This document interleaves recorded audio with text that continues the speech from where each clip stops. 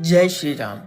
ऐसे तो राम का पूरा व्यक्तित्व ही महाकाव्य जैसा है, लेकिन मैं सोचता हूँ कि अगर हम राम से सिर्फ एक जीवन मूल्य और एक कुशलता सीखेंगे तो वह क्या होगा। आज हम जिस संसार में रह रहे हैं वहाँ व्यक्ति का आकलन सिर्फ और सिर्फ उसकी कुशलता से होता है।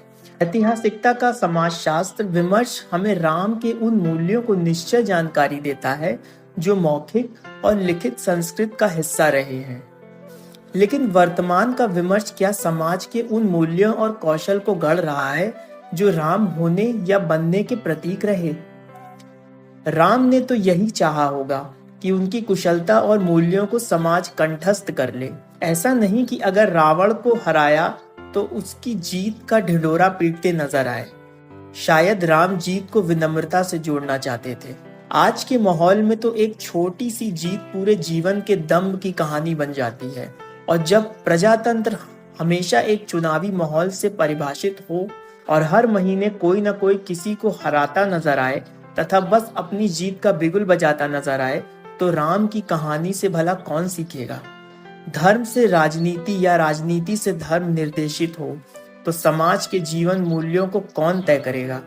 राम के लिए क्या पशु पक्षी, क्या इंसान, क्या पक्ष, क्या विपक्ष, सभी राम के साथ और सभी राम के साथ। राम ने तो लक्ष्मण तक को यह आदेश दिया था कि वह रावण से जाकर कुछ ज्ञान की बातें सीखे। क्या कोई आज पक्ष या विपक्ष से, अपने या पराये से सीखने की दृष्टि या ख्वाहिश रखता है। राम यानी सुनना और सहानुभूतिपूर्ण श्रोता बने रहना, यह उनका मूल्य भी रहा और उनकी दक्षता भी। क्या यह समाज इन मूल्यों और कौशल को अपनाना चाहता है। चुनावी समाज हो या परिवार, कौन किससे सीखना चाहता है। यहाँ परिवार में अगर कोई जीतता है तो पूरा परिवार उसके घमंड को 100 गुना करने में कोई कसर नहीं छोड़ता।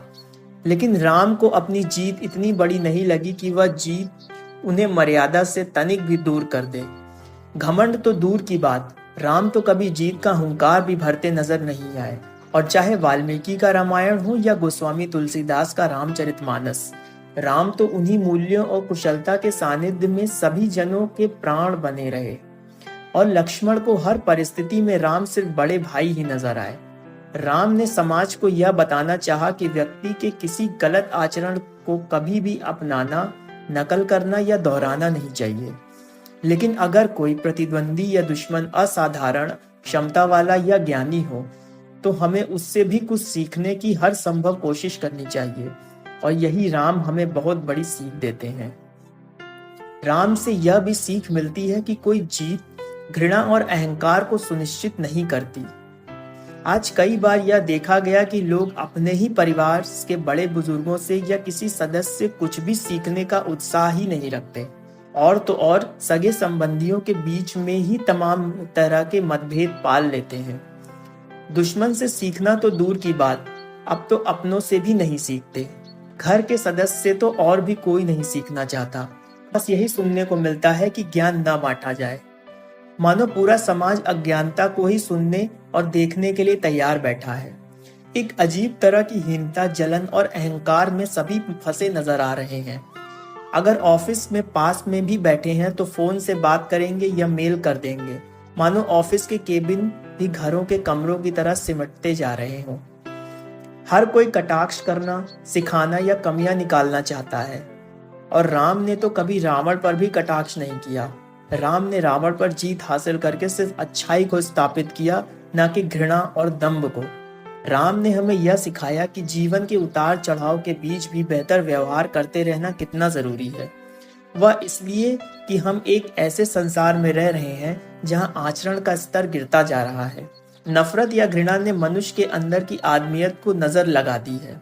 अब तो लोग विमानों में भी लड़ते नजर आते हैं। ऐसा लगता है कि जैसे पूरी दुनिया ही गुस्से में है और सभी बस सभी को हराना चाहते हैं। इंसान बनकर रहना ही राम के प्रति सच्चा आदर, प्रेम और श्रद्धा है। चलिए, किसी को हराने से अच्छा है कि खुद को दुर्गुणों से जीतें। अपनी कुशलता या योग्यता को मूल्यों के बिल्कुल करीब रखें, जिससे कोई जीत या हमें घमंड से ना भर दे और किसी को पराजित होने से घृणा का भाव ना आए। राम की वह मूर्ति जिसकी अयोध्या में प्राण प्रतिष्ठा हुई, वह हमसे यह चाह रही है कि हम सभी अपने मन में भी उसी राम को प्रतिष्ठित करें जिन्होंने सभी को मनुष्य ही बनकर रहना सिखाया। राम तो अयोध्या लौट आए अपनी जीवन मूल्यों और कौशल के साथ, जिसने राम को राम बनाया। हम भी लौटे इंसानियत की ओर, क्योंकि राम इनसे या उनके कभी नहीं थे, बल्कि वह पूरे जगत के रहे।